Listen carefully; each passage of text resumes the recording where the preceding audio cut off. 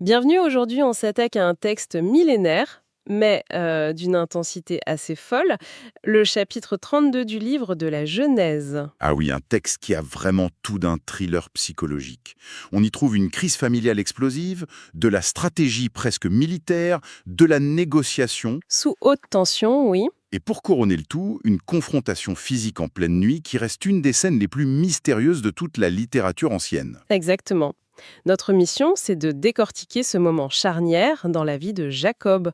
Pour le contexte, il rentre chez lui après 20 ans d'exil. Et il s'apprête à retrouver son frère jumeau, Ésaü. Et ce ne sont pas vraiment des retrouvailles chaleureuses qui s'annoncent. La dernière fois qu'ils se sont vus, Jacob a quand même volé la bénédiction de son frère. Par la ruse, oui. Le conflit est profond et potentiellement mortel. C'est pour ça que ce chapitre est si riche. On va suivre Jacob en 3 étapes clés. Tout à fait. D'abord, la peur panique et la stratégie qu'elle va engendrer.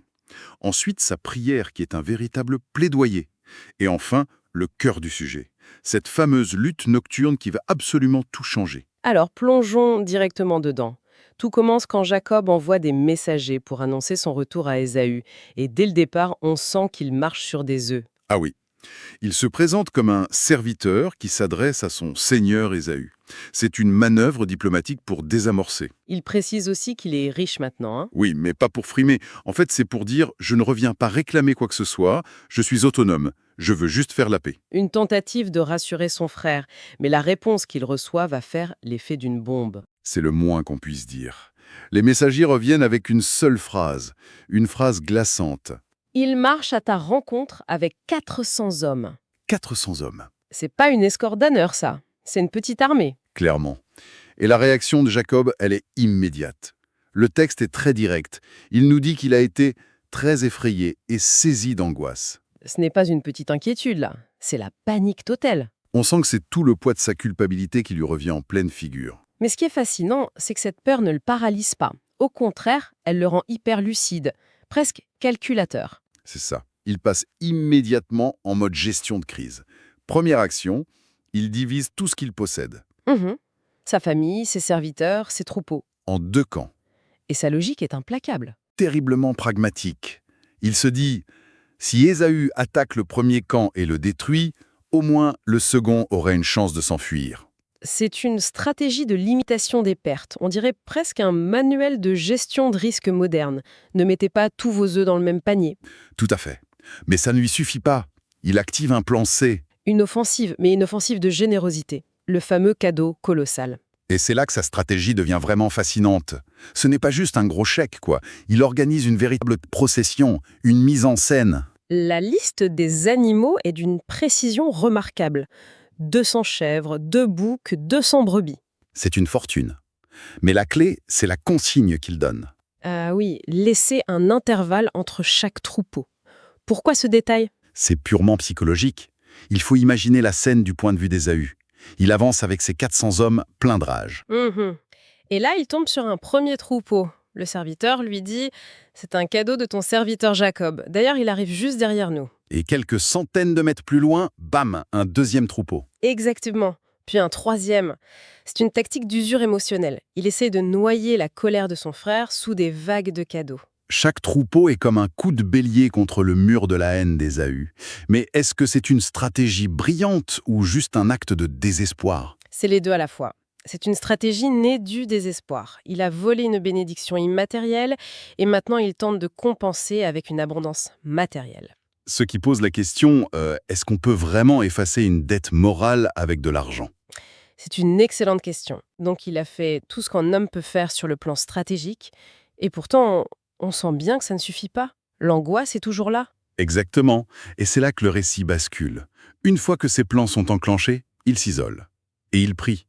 Et cette prière, ce n'est pas un cri de panique. Non, c'est un argumentaire hyper bien construit. On dirait presque une plaidoirie d'avocat. C'est ça. D'abord, il établit le cadre. Dieu de mon grand-père Abraham, Dieu de mon père Isaac. Il s'ancre dans une histoire. Puis vient le coup de génie. Il rappelle à Dieu son propre commandement. Oui, c'est toi qui m'as dit « Retourne dans ton pays et je te ferai du bien ». C'est d'une audace folle. En gros, il lui dit « Je suis dans ce pétrin parce que je t'ai obéi. Ta crédibilité est en jeu. On est loin de la prière soumise. Et juste après ça, il pivote vers une humilité totale. Il dit « Je suis trop petit pour toutes les grâces que tu m'as faites. Avec cette image très puissante, quand j'ai traversé cette rivière il y a 20 ans, je n'avais que mon bâton. Aujourd'hui, je suis à la tête de 2 camps. » Il admet sa dette. Il reconnaît ce qu'il a reçu. Et ce n'est qu'après avoir posé tout ce cadre qu'il formule sa demande. Et là, toute la stratégie disparaît. Il ne reste que la vulnérabilité brute. Oui, il dit « Délivre-moi de mon frère Ésaü, car j'ai peur qu'il ne vienne et ne me frappe, sans épargner ni la mère ni les enfants. » Ce détail, il est glaçant. Ça montre que sa peur est viscérale. C'est la peur d'un père de famille qui imagine le pire. Et il conclut en rappelant encore la promesse de Dieu. En somme, sa prière commence et se termine par la parole de Dieu qui vient encadrer sa peur. Après cette nuit de calculs et de prières, on arrive au moment le plus intense et, franchement, le plus étrange. Jacob a tout mis en place. Il fait passer sa famille de l'autre côté d'un torrent, le Jabbok. Il les met à l'abri. Et puis le texte nous dit cette phrase toute simple. Jacob resta seul. C'est un moment clé. Il est dans le noir, seul, entre son passé et son avenir. C'est le point de vulnérabilité maximale. Et c'est là que l'inattendu se produit. Le texte enchaîne « Et un homme lutta avec lui jusqu'au lever de l'aurore. » C'est fou, la simplicité de la phrase pour décrire un truc aussi dingue. Qui est cet homme? C'est la grande question, non? C'est la grande question. Et le texte est volontairement flou. Est-ce un ange, Dieu lui-même, une projection de sa propre lutte intérieure? Le texte ne tranche pas. Mais ce qui est certain, c'est que le combat est physique. Ce n'est pas une vision. Non, c'est un corps à corps, violent, qui dure toute la nuit. C'est réel, ça sent la sueur et la terre. Tellement réel que Jacob est blessé. Son adversaire, voyant qu'il n'arrive pas à gagner, le frappe à la hanche et la lui déboîte. La douleur a dû être insoutenable. Et pourtant, même blessé, Jacob ne lâche pas. L'agresseur lui dit « Laisse-moi partir ». Et Jacob a cette réponse incroyable. « Je ne te laisserai pas partir avant que tu ne m'aies béni. » C'est un retournement complet. Le même Jacob qui avait volé une bénédiction par la ruse Et maintenant en train d'en exiger l'une par la force, dans la douleur. Il ne veut plus voler, il veut l'arracher, la mériter. Tout à fait. Et avant de la lui donner, son adversaire lui pose une question toute simple en apparence. Quel est ton nom? C'est fascinant. Pourquoi cette question à ce moment précis? Parce que c'est le moment de vérité absolue. En répondant Jacob, il n'énonce pas juste un mot. Il confesse son identité profonde. Jacob, ça veut dire le trompeur, celui qui supplante. Il est obligé de dire « Je suis le manipulateur, l'usurpateur ». Il doit admettre qui il a été pour pouvoir devenir quelqu'un d'autre. Il doit se nommer pour être renommé. C'est seulement après avoir pleinement assumé l'ancien nom qu'il peut en recevoir un nouveau. Et la réponse est immédiate? Oui, ton nom ne sera plus Jacob, mais Israël, car tu as lutté avec Dieu et avec des hommes, et tu as été vainqueur. C'est le climax. Il n'est plus le trompeur, il devient Israël, celui qui lutte avec Dieu. C'est une redéfinition totale de son être. Jacob essaye alors de connaître le nom de son adversaire, mais sans succès. Le mystère reste entier. Mais pour Jacob, il n'y a plus de doute. Il nomme le lieu Péniel, ce qui veut dire face de Dieu. Car, dit-il, j'ai vu Dieu face à face et j'ai survécu. Et le chapitre se termine sur une image très concrète. Le soleil se lève et Jacob s'en va en boitant. La rencontre a laissé une cicatrice, une marque physique permanente. La transformation spirituelle a un coût physique. Le texte ancre même cet événement dans une pratique concrète, en expliquant pourquoi les Israélites ne mangent pas le tendon de la hanche. La mémoire de cette nuit est inscrite dans le corps du peuple. C'est ça.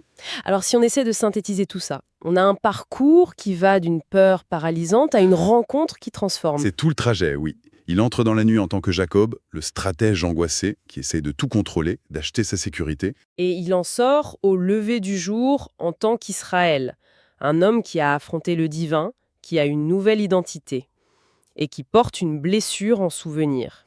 Il est profondément changé avant même d'avoir revu son frère. En fait, la rencontre avec Dieu a préparé et rendu possible la rencontre avec l'homme. Et cette blessure, cette claudication, c'est un symbole incroyablement puissant. Il est déclaré vainqueur, mais il repart handicapé. C'est une drôle de victoire, non ? C'est tout le paradoxe. La victoire et la vulnérabilité sont indissociables. Il est paradoxalement plus fort parce qu'il est plus fragile. Il ne pourra plus jamais fuir en courant. Exactement. Il ne peut plus compter sur son agilité physique, qui symbolisait sa ruse. Désormais, il est obligé d'avancer lentement. Il est forcé à une forme d'humilité, de dépendance. C'est fascinant de voir comment sa plus grande épreuve devient le fondement de sa nouvelle identité. Et ça nous laisse peut-être avec une question pour la route. Le texte dit qu'Israël a été vainqueur dans sa lutte avec Dieu, mais qu'est-ce que ça peut bien vouloir dire, être victorieux contre une force infiniment supérieure, surtout quand on en sort diminué? Dans une lutte comme celle-là, est-ce que la victoire, ce n'est pas simplement d'avoir tenu bon, de ne pas avoir lâché prise jusqu'à l'aube? Et peut-être que la vraie bénédiction, ce n'est pas d'avoir gagné, mais simplement d'avoir survécu à la rencontre.